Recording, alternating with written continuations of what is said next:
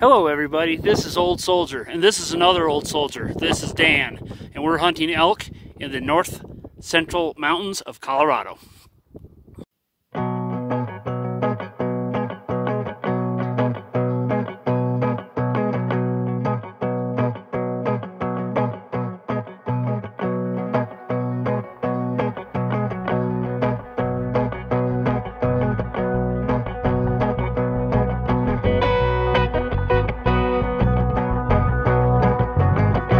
Just got back from the mountains from hunting elk, first season rifle.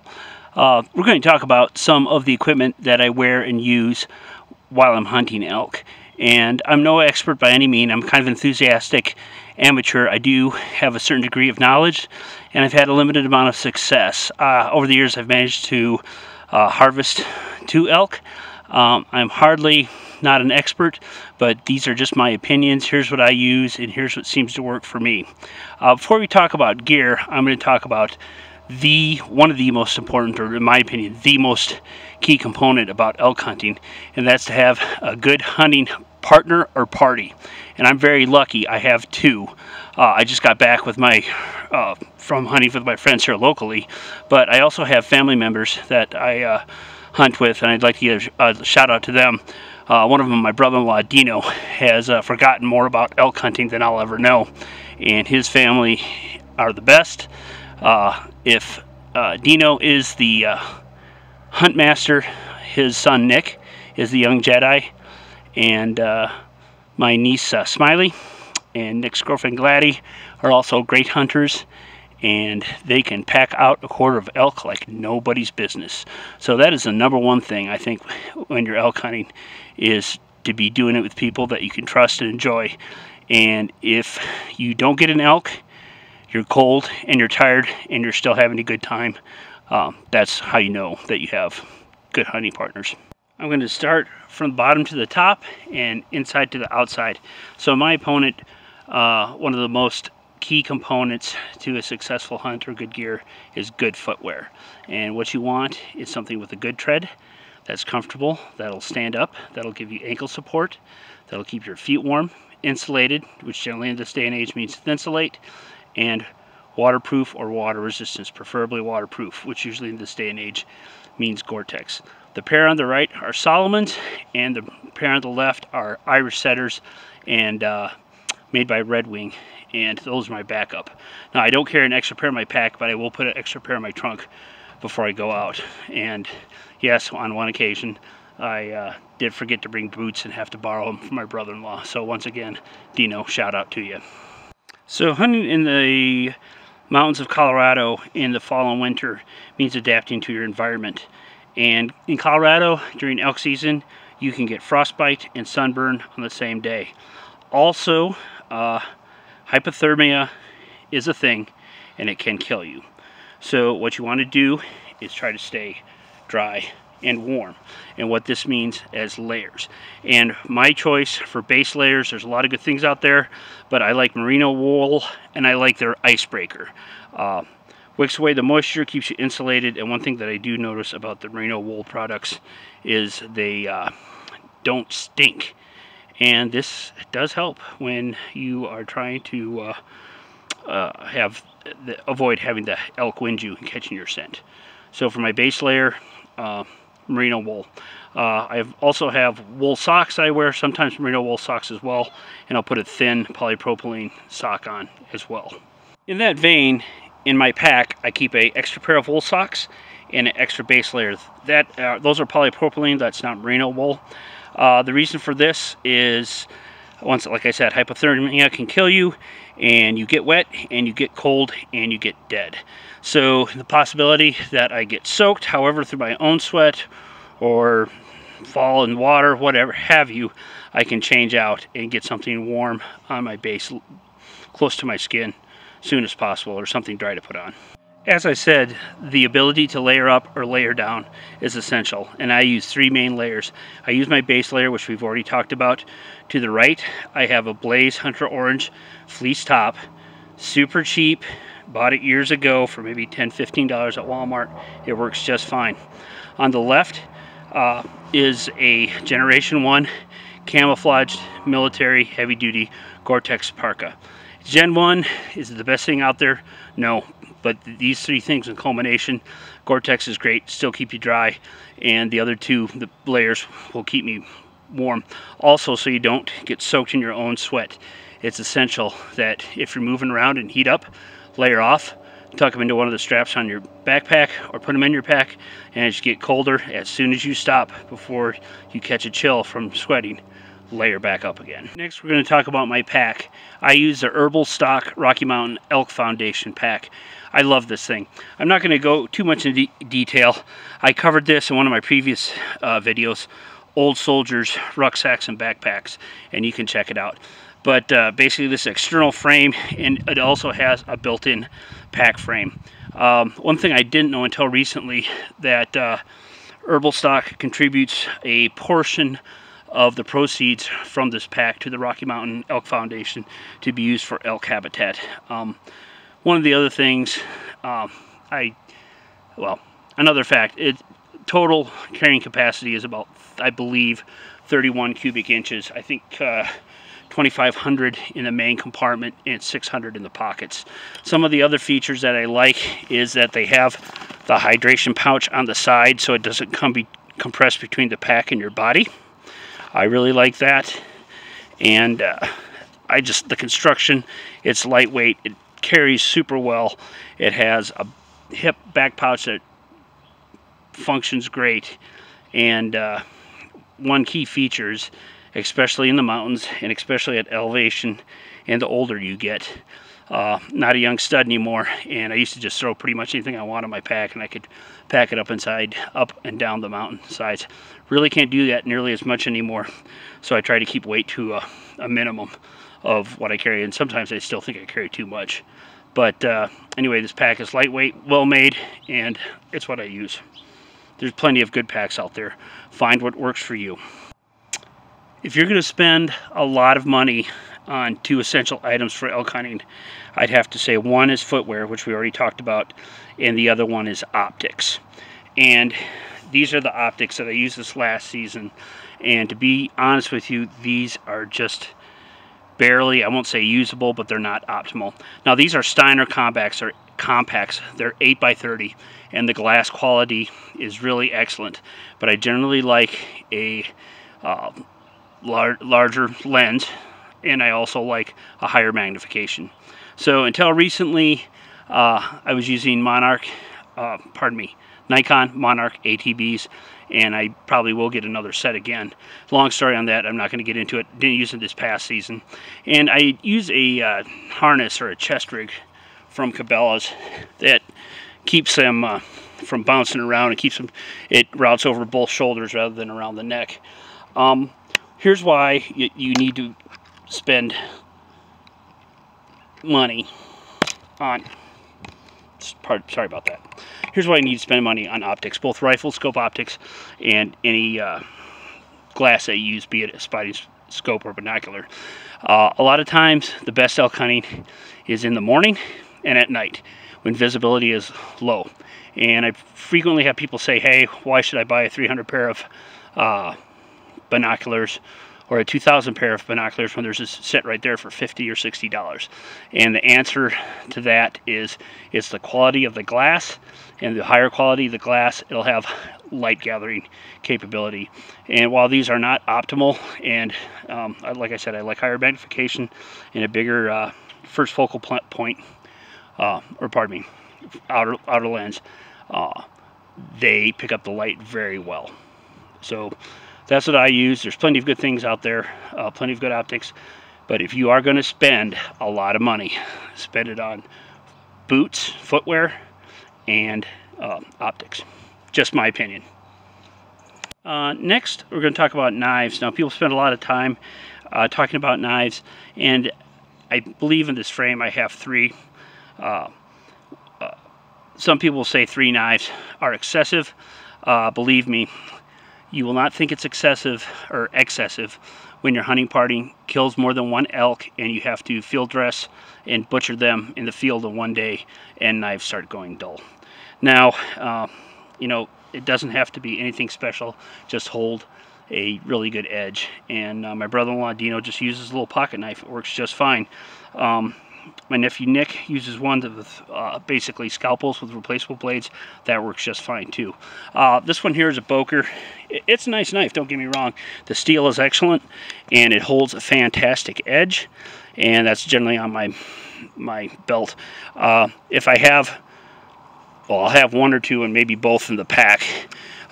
This thing really isn't a hunting knife, but it's made by CRKT. I like it because it is very lightweight and it just holds a fantastic edge. And the other one is just a simple Gerber skinning knife.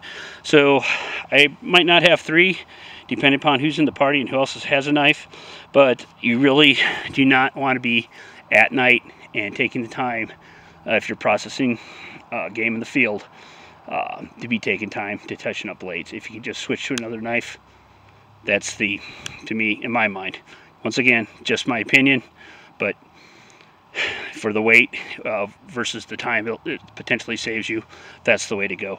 So I say, old soldier says, at least two. Headlamps, great piece of gear, essential. You're going to be moving around in the dark sometimes, and also spare batteries. That is a Petzl Tactica. It's the exact same model. This isn't the same one. It's a separate one that I keep in my go bag, but this is the same model. Does everything I need it to do, and they're pretty darn rugged. So I like Petzls. There's a million headlamps out there, but make sure you have some and have some spare batteries. In case of emergency, you might need to seek shelter or warm up. I always keep a couple lighters, 2 or 3, stashed throughout my gear. And I also keep, these are military trioxane heat tabs that can be used to start a fire. And I guarantee you, in the mountains, if I have to, I can make some sort of debris shelter and start a fire. And once again, multiples, they're so lightweight, well worth a possible utility to have some backups rather than to be caught short and have one and not have it and then really need to start a fire. So I just carry a couple disposable lighters, 2 or 3, and have some sort of fire starter. In this case, it's military trioxane tabs, military surplus.